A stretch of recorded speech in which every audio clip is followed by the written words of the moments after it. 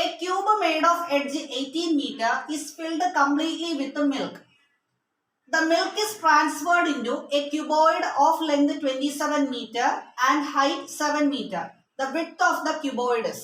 അപ്പൊ ക്യൂബ് എന്ന് പറഞ്ഞു കഴിഞ്ഞാൽ 6 സ്ക്വയർ ഫേസ് ഉള്ള ഒരു സോളിഡ് ആണ്. ഇതിന്റെ ഒരു സൈഡ് 18 മീറ്റർ ആണ്. അപ്പൊ എല്ലാ സൈഡും 18 മീറ്റർ ആണ്. ക്യൂബോയിഡ് എന്ന് പറഞ്ഞാൽ 6 റെക്ടാങ്കുലർ ഫേസ് ഉള്ള ഒരു സോളിഡ് ആണ്. അപ്പോൾ അതിന് ഒരു ഹൈറ്റ് ഉണ്ട്, ഒരു ലെങ്ത് ഉണ്ട്, ഒരു ബ്രെഡ്ത്ത് ഉണ്ട്. അപ്പൊ ഇവിടെ ക്യൂബിൽ കംപ്ലീറ്റ് ആയിട്ട് മിൽക്ക് നിറച്ചു വെച്ചേക്കുവാണ്. അതായത് ക്യൂബിന്റെ വോളിയത്തിന്റെ അത്രയും മിൽക്ക് എടുത്തേക്കുവാണ്. ഇതിനെ ക്യൂബോയിഡിലേക്ക് എന്ത് ചെയ്യുവാണ്? ട്രാൻസ്ഫർ ചെയ്തേക്കുവാണ്. അപ്പൊ ക്യൂബോയിഡിനകത്തോട്ട് ട്രാൻസ്ഫർ ചെയ്യുമ്പോൾ കംപ്ലീറ്റ് ക്യൂബോയിഡ് എന്താണ്? മിൽക്ക് വെച്ച് ഫിൽ ആവും. അതായത് ഇതിന്റെ രണ്ടിന്റെയും വോളിയം എന്താണ്? സെയിം ആണ്.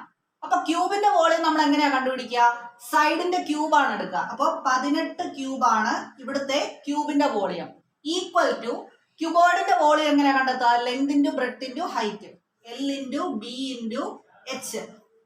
ഇവിടെ നമുക്ക് ലെങ്ത് തന്നിട്ടുണ്ട്, ഹൈറ്റും തന്നിട്ടുണ്ട്. നമുക്ക് കണ്ടെത്തേണ്ടത് ഈ ക്യൂബോയിഡിന്റെ വിഡ്ത്ത് ആണ്, അല്ലെങ്കിൽ ബ്രെഡ്ത്ത് ആണ്. 18 ക്യൂബിനെ 18 ഇൻറ്റു 18 ഇൻറ്റു 18 എന്ന് എഴുതുവാണ്. ഇനി ഇവിടെ ലെങ്ത് നമുക്ക് തന്നിട്ടുണ്ട് 27 മീറ്റർ, 27.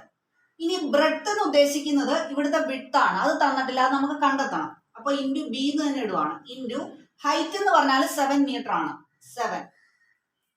ഇനി നമുക്ക് ബി ആണ് കണ്ടുപിടിക്കേണ്ടത്. അപ്പൊ B equal to 18 into 18 into 18 divided by ഈ 27 ഇൻറ്റു 7 താഴെ ഇടുന്നു, 27 ഇൻറ്റു 7.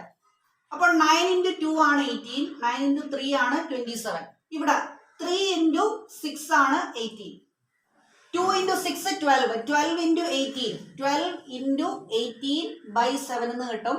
Equal to 216 by 7. അപ്പൊ 216 ബൈ 7 ഡിവൈഡ് ചെയ്യുമ്പോൾ നമുക്ക് കിട്ടുന്ന ഫൈനൽ ആൻസർ 30.8 മീറ്റർ ആണ്.